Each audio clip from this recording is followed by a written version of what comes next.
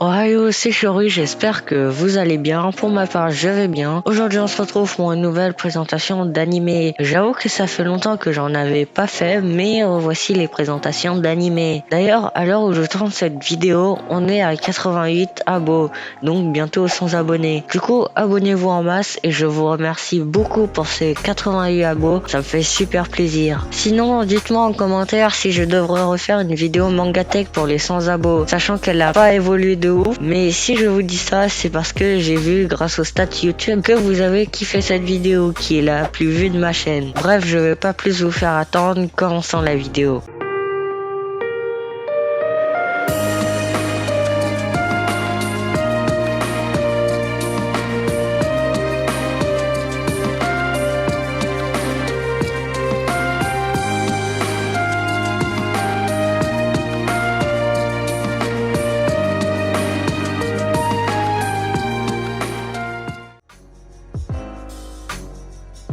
Alors, ne vous fiez pas au nom parce que ça a aucun rapport avec l'anime, juste on verra dans la suite pourquoi l'anime s'appelle Charlotte. Bref, reprenons. Alors, Charlotte, c'est un anime qui est assez chill et drôle, je trouve, mais il est excellent, c'est pas pour rien que je vous le présente en vidéo. Il est disponible sur Netflix et il possède qu'une saison de 13 épisodes. Donc pour ceux qui cherchaient un anime court, vous êtes plus que servis. D'ailleurs, malgré que ce soit court, l'histoire est vraiment bien, je trouve.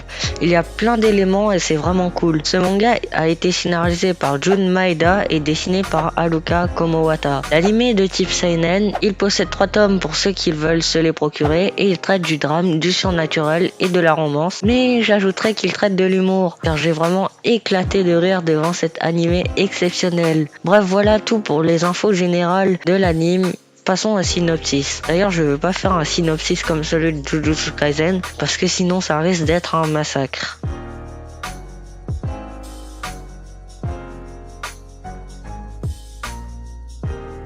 Yu Otosaka, jeune étudiant, est doté de pouvoirs surnaturels, lui permettant de posséder n'importe quelle personne dans son champ de vision pendant 5 secondes. Imaginez genre vous contrôlez quelqu'un 5 secondes. Franchement, vous pouvez faire un nimp et vous sauver la mise, etc.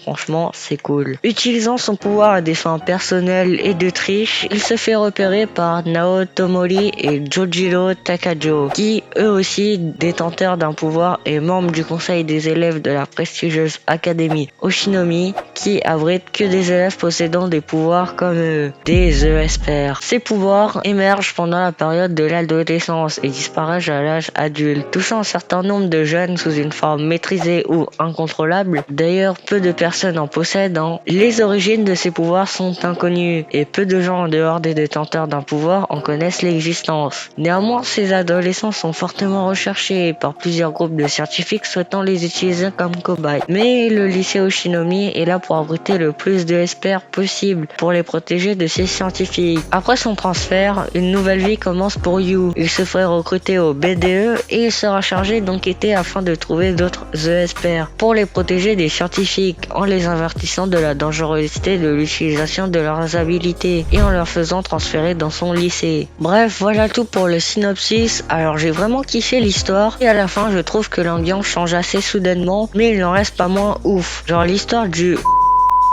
était incroyable.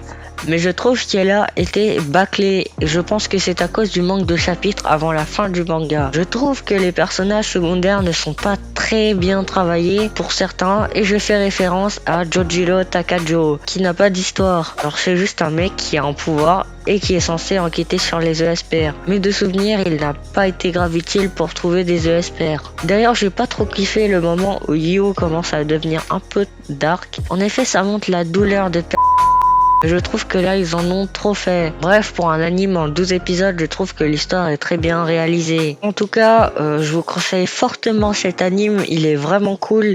Et comme je vous l'ai dit, très court à regarder. Du coup, foncez direct quoi.